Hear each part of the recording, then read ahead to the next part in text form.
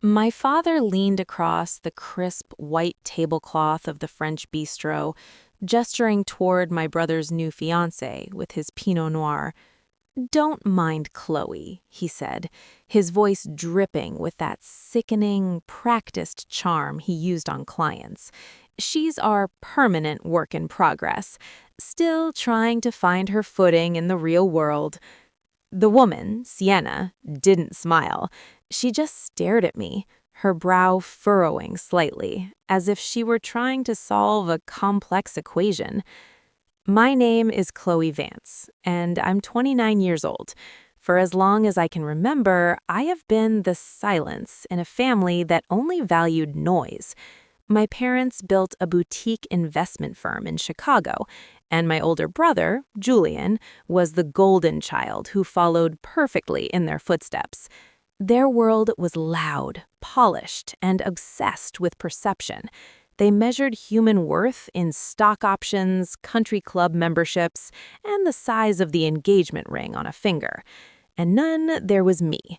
I didn't want to manage portfolios. I wanted to disrupt industries.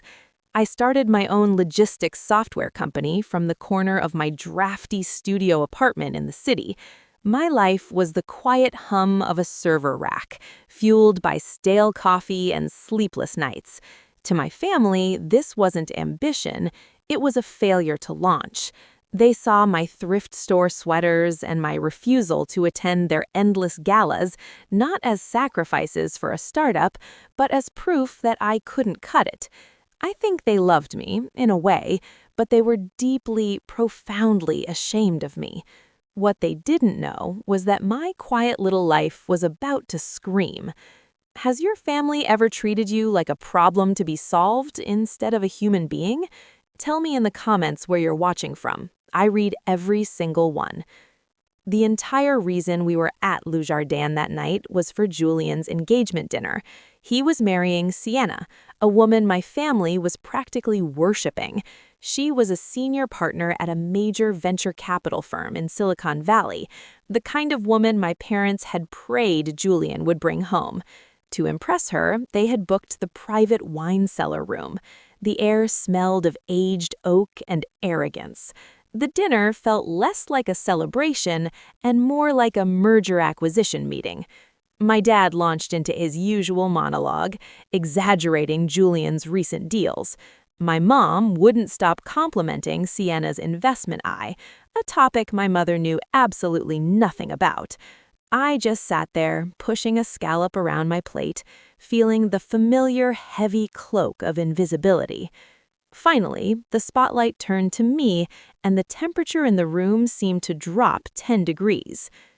"Chloe is still tinkering with her computer thing," my mom explained to Sienna, patting my hand with a pitying condescension that burned worse than a slap. "We keep telling her to get serious." Julian chimed in with a smug grin, adjusting his silk tie. "Yeah, we've offered to get her an internship at the firm. Answering phones, filing paperwork, just to get her used to a professional environment. But she likes her freedom." Sienna, trying to be polite, turned her sharp, intelligent eyes toward me. "What kind of project is it?" Before I could even open my mouth, my father cut in, waving his hand as if swatting away a fly. "Honey, it's boring. She's building some app, one of a million out there. It's a hobby, really." He sighed, a heavy, theatrical sound that suggested my existence was a burden he heroically carried. For the next 10 minutes, they discussed me as if I weren't sitting right there. They painted a picture of a lost, confused girl who refused to grow up. I felt the heat rising in my cheeks, but I said nothing. I just focused on the condensation sliding down my water glass. The final insult came when the bill arrived in its velvet folder. My dad made a grand show of pulling out his black card. He looked directly at me, a sad smile on his face. "Don't worry about the cost, Chloe. I've got this. You just save your pennies for rent." The message was crystal clear. You are the charity case. You are not one of us. I just nodded, the silence in my throat feeling like concrete. But this wasn't new. This was just the climax of a lifetime of dismissals. A month before the dinner, my parents hosted a massive summer solstice party at their lake house. It was the event of the season. Investors, partners, local politicians. I only found out about it when I saw the photos on my cousin's Instagram. My entire family clinking champagne glasses on the dock. Everyone except me. When I called my mom the next day, her voice was light, breezy. "Oh, sweetheart, we didn't want to overwhelm you. It was a very high-level crowd. Lots of technical talk about markets. We didn't want you to feel inadequate." Inadequate. That was the word. It wasn't an oversight. It was a quarantine.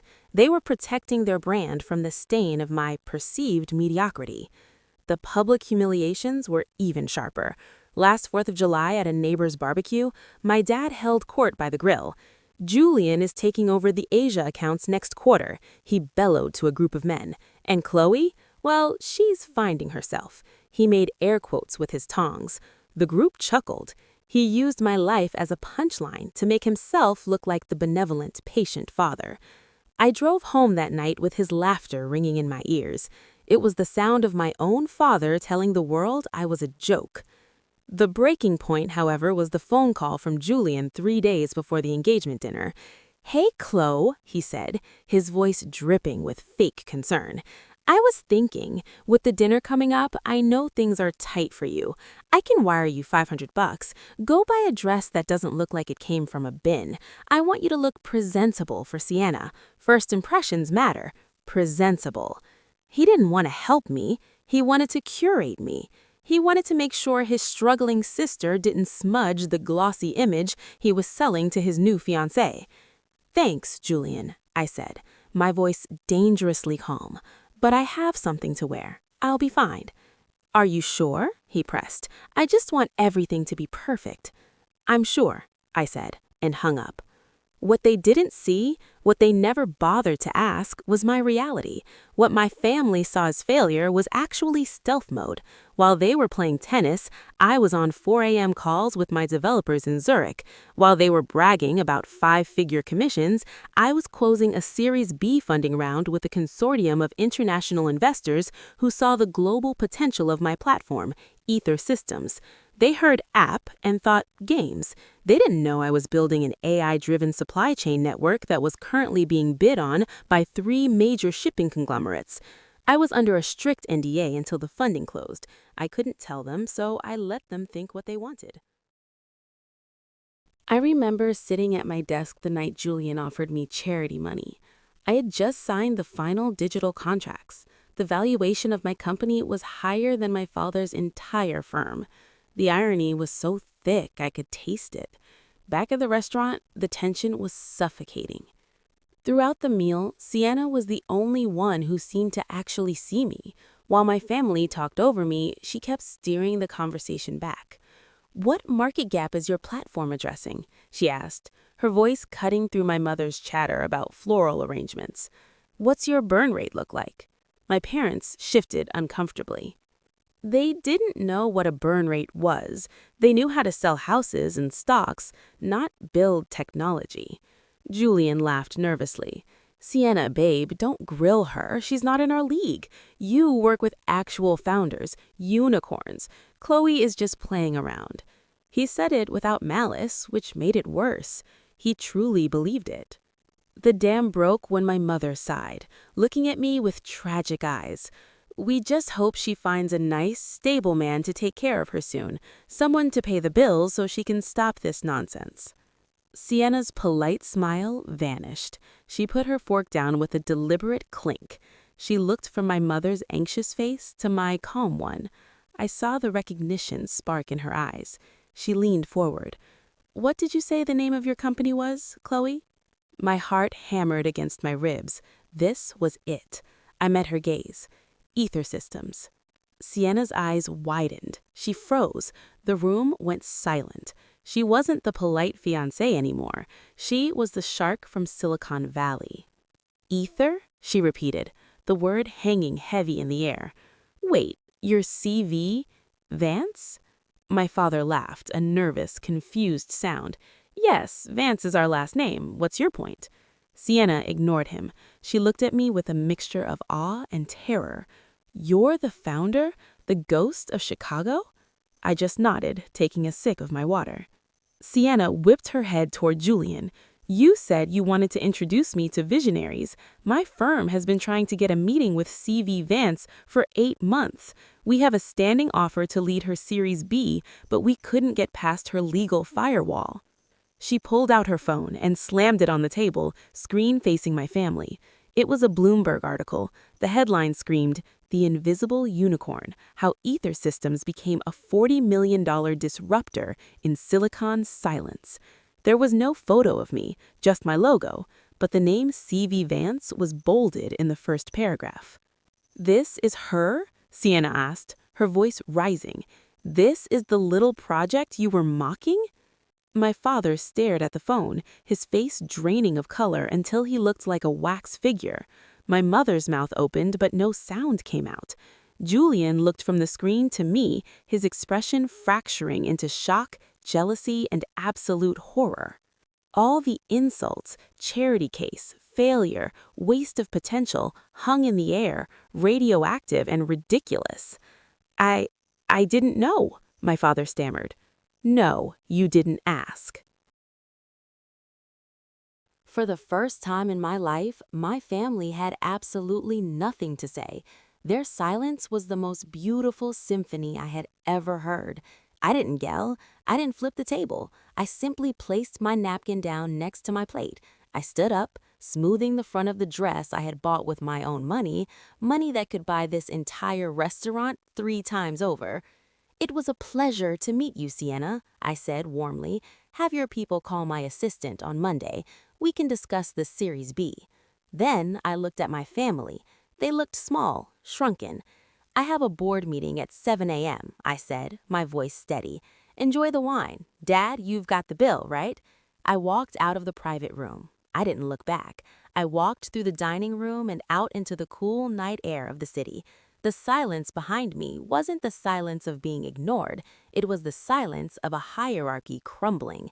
They didn't lose a daughter that night. They had lost her years ago, with every eye roll and every snide comment. Tonight, they just realized they had lost the privilege of knowing the woman I had become. If you've ever had to build your empire in silence while the world doubted you, hit that subscribe button. This is your safe space. If this story hit you hard, made you rage, cry, or cheer for justice, don't let it fade into silence. Smash that like button. It shows the world these raw, real stories of betrayal and triumph actually matter. Drop a comment below. Tell us what got you. Whose side are you on? What would you have done? Your voice fuels the fire. Share this video with someone who needs to hear it. Spread the payback, warn the betrayed, and let karma echo further. Subscribe to Echoes of Revenge right now for exclusive, gut-wrenching tales of strength, deception, and ice-cold justice you won't find anywhere else.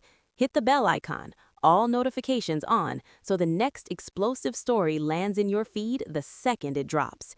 Your likes, comments, shares, and subscriptions keep these silenced voices alive. And sometimes the sweetest revenge isn't staying quiet, it's being heard, loud and clear. Thank you for being part of this community. Let's keep the echoes ringing.